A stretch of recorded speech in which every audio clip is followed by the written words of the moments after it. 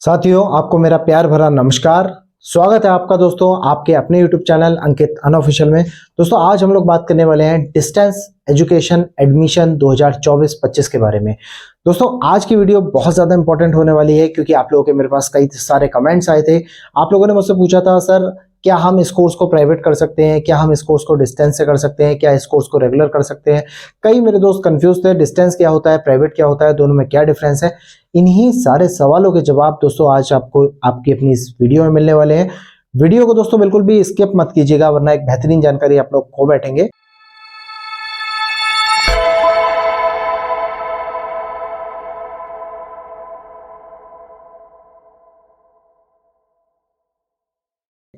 Step by step चीजों को हम लोग शुरू करते हैं। सबसे पहले दोस्तों एक टर्म आती है हमारे सामने, रेगुलर कोर्स।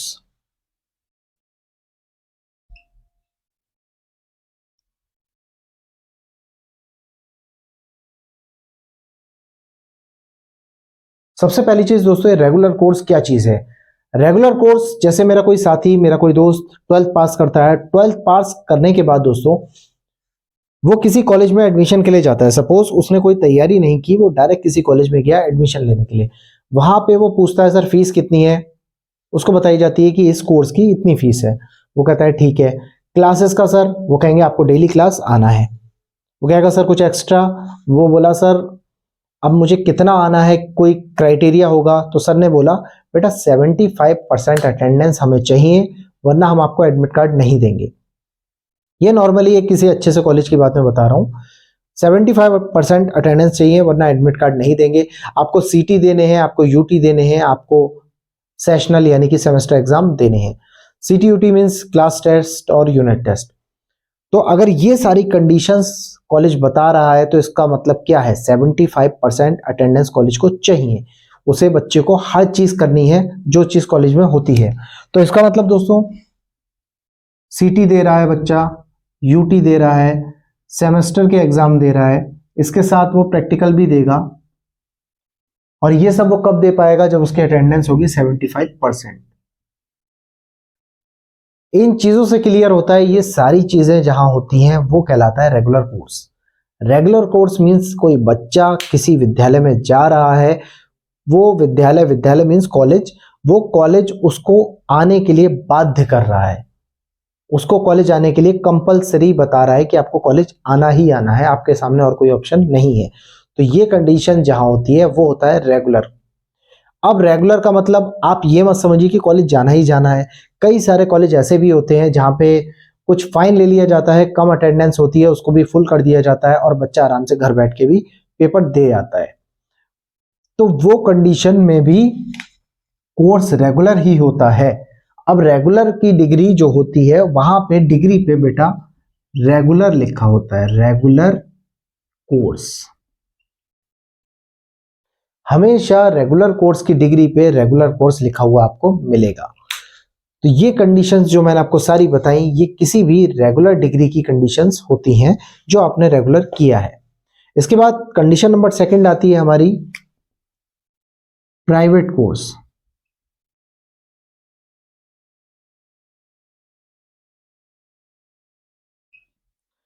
अब ये प्राइवेट कोर्स क्या होता है दोस्तों। प्राइवेट कोर्स का मतलब ये होता है कि आपने किसी कॉलेज में एडमिशन लिया, आपने बता दिया कॉलेज में अपने कि सर मैं बिल्कुल भी कॉलेज नहीं आ सकता, मींस मैं नॉन अटेंडिंग नहीं, मैं आऊंगा ही नहीं। नॉन अटेंडिंग का मींस यहाँ पे होता है कि अगर आप रेगुलर हैं और आपने कॉलेज में सेटिंग कर ली कि सर मैं नॉन अटेंडिंग रहूंगा और मैं खाली एग्जाम देने आऊंगा, तो फाइन दे के आपका हो गया, वो होता है नॉन अटेंडिंग का केस। लेकिन प्राइवेट में कोर्स ही नॉन अटेंडिंग होता है, मतलब बच्चे को बिल्कुल भी आना नहीं होता है, खाली वो पेपर देने आएगा और प्रैक्टिकल देने आएगा। बिल्कुल भी उसकी अटेंडेंस के नाम पे कोई फाइन या कॉलेज कुछ नहीं कह सकता।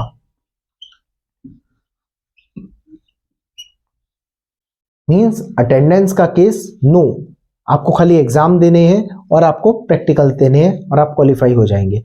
अब क्या डिफरेंस होता है दोनों में।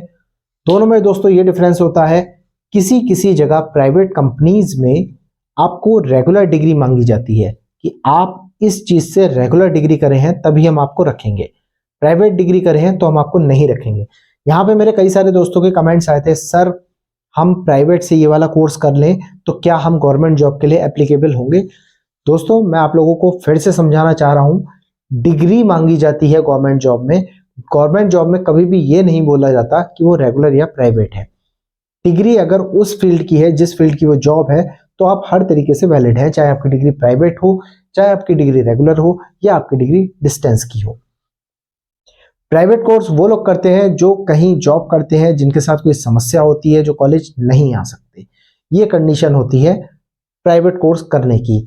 पहले के टाइम पे, यानी कि आज से 5-6 साल पहले की बात करूं मैं, तो गवर्नमेंट एम्प्लॉय भी अगर कोई डिग्री करता था तो वो प्राइवेट कोर्स के थ्रू ही करता था, क्योंकि वो भी कॉलेज नहीं आ सकता, वो जॉब कर रहा है और जॉब के साथ वो कोई डिग्री करना चाह रहा है, उसकी पढ़ने की इच्छा है, तो वो अपनी डिग्री प्राइवेट एजुकेशन यानी कि प्राइवेट कोर्स के द्वारा बढ़ाता था।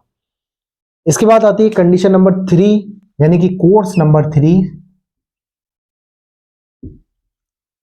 तीसरा हमारे सामने केस है, वो केस है डिस्टेंस एजुकेशन का। डिस्टेंस एजुकेशन या फिर डिस्टेंस कोर्स की भी हम कह सकते हैं, डिस्टेंस कोर्स। अब ये क्या भला है? प्राइवेट और डिस्टेंस में दोस्तों हमें इतना कंफ्यूजन रहता है कि क्या क्या है।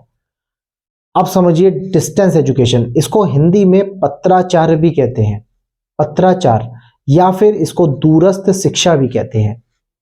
ये कैसे होती है, क्या होती है, इसको समझिए बड़े ध्यान से। दोस्तों अभी मैंने कहा 3-4 साल पहले कोई गवर्नमेंट एम्प्लॉय कोई डिग्री करना चाहता था तो वो प्राइवेट कोर्स यानी कि प्राइवेट एजुकेशन के माध्यम से करता था।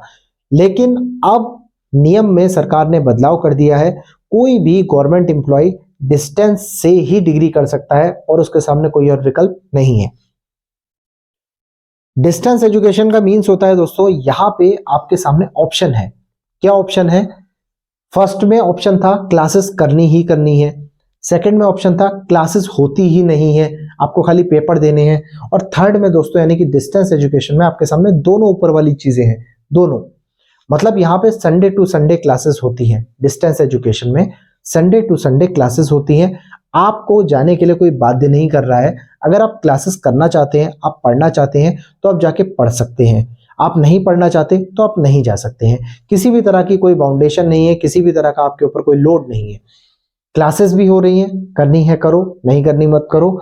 एग्जाम देने आपको प्रॉपर जाना है, असाइनमेंट आपको बनाने हैं, कॉलेज में जाके सबमिट करने हैं। इस तरीके से आपका डिस्टेंस एजुकेशन में एडमिशन होता है। डिस्टेंस एजुकेशन में एक और भी बड़ा बेनिफिट ये होता है कि यूनिवर्सिटी अगर आपकी आपके शहर से काफी दूर है तो आपके शहर के नजदीक उसके सेंटर्स होते हैं, वही सेंटर्स आपके पेपर करा लेते हैं, वही सेंटर्स आपके असाइनमेंट सबमिट कर लेते हैं, उन्हीं सेंटर्स पे आपके प्रैक्टिकल भी हो जाते हैं। हर तरह की असुविधा से बचाने के लिए, आपकी डिग्री को बढ़ाने के लिए सरकार द्वारा डिस्टेंस एजुकेशन का प्रावधान रखा गया है। डिस्टेंस एजुकेशन को मैक्सिमम ऑफ द पर्सन की अगर मैं बात करूं तो वो गवर्नमेंट एम्प्लॉय ही करते हैं। कोई स्टूडेंट डिस्टेंस एजुकेशन को तब प्रेफर करता है जब वो किसी एग्जाम की प्रिपरेशन में डीपली घुसा हुआ है और उसके पास बिल्कुल भी समय नहीं है और उसको डिग्री भी अपनी बढ़ानी है, तब वो इसका चुनाव करता है। वरना मैक्सिमम स्टूडेंट प्राइवेट एजुकेशन का चुनाव करते हैं और फ्रेशर्स रेगुलर कोर्स का चुनाव करते हैं, और गवर्नमेंट एम्प्लॉय या फिर जो डीप स्टडी वाले स्टूडेंट होते हैं जो किसी यूपीएससी या किसी भी पीसीएस स्तर के एग्जाम की तैयारी कर रहे हैं, वो डिस्टेंस एजुकेशन का चुनाव करते हैं। अब बात करते हैं 2023-24 में जो एडमिशन्स हुए थे, उनमें सबसे ज्यादा एडमिशन हमारे देश में जो होते हैं वो इग्नू में हुए थे। इग्नू यानी कि Indira Gandhi national open university, ये पूरे भारत में है, हर तरीके से वैलिड है, हर स्टेट में वैलिड है, सबसे बड़ी ओपन यूनिवर्सिटी है इंडिया की। और सबसे बड़ी क्या, मैं एकमात्र ओपन यूनिवर्सिटी पूरे इंडिया के लेवल पे अगर मैं बात करूं तो यही है, इसमें ही सबसे ज्यादा एडमिशन हुए थे। तो दोस्तों आप जिस भी स्टेट के हैं, जहां भी आप रहते हैं, आपके स्टेट में कोई ना कोई ओपन यूनिवर्सिटी होगी, आप नेट पे सर्च कीजिएगा आपको मिल जाएगी। और यदि आपको ओपन यूनिवर्सिटी उसमें नहीं जाना है, अपनी स्टेट वाली में आपका मन नहीं है, या आपको लगता है कि आप बिहार के रहने वाले हैं और कहीं आपकी जॉब पंजाब में लग गई, सॉरी उत्तर प्रदेश में लग गई, या आप झारखंड के रहने वाले हैं, कहीं आपकी जॉब असम में लग गई, तो वहां पे आपकी डिग्री वैलिड होगी या नहीं होगी, इस तरह के तमाम ख्याल हमारे दिमाग में आते हैं। तो उन ख्यालों से मुक्ति के लिए आप अपनी ही स्टेट में रहते हुए इग्नू से वो कोर्स कर लें जो आप करना चाहते हैं, आपको कोई भी प्रॉब्लम नहीं आएगी।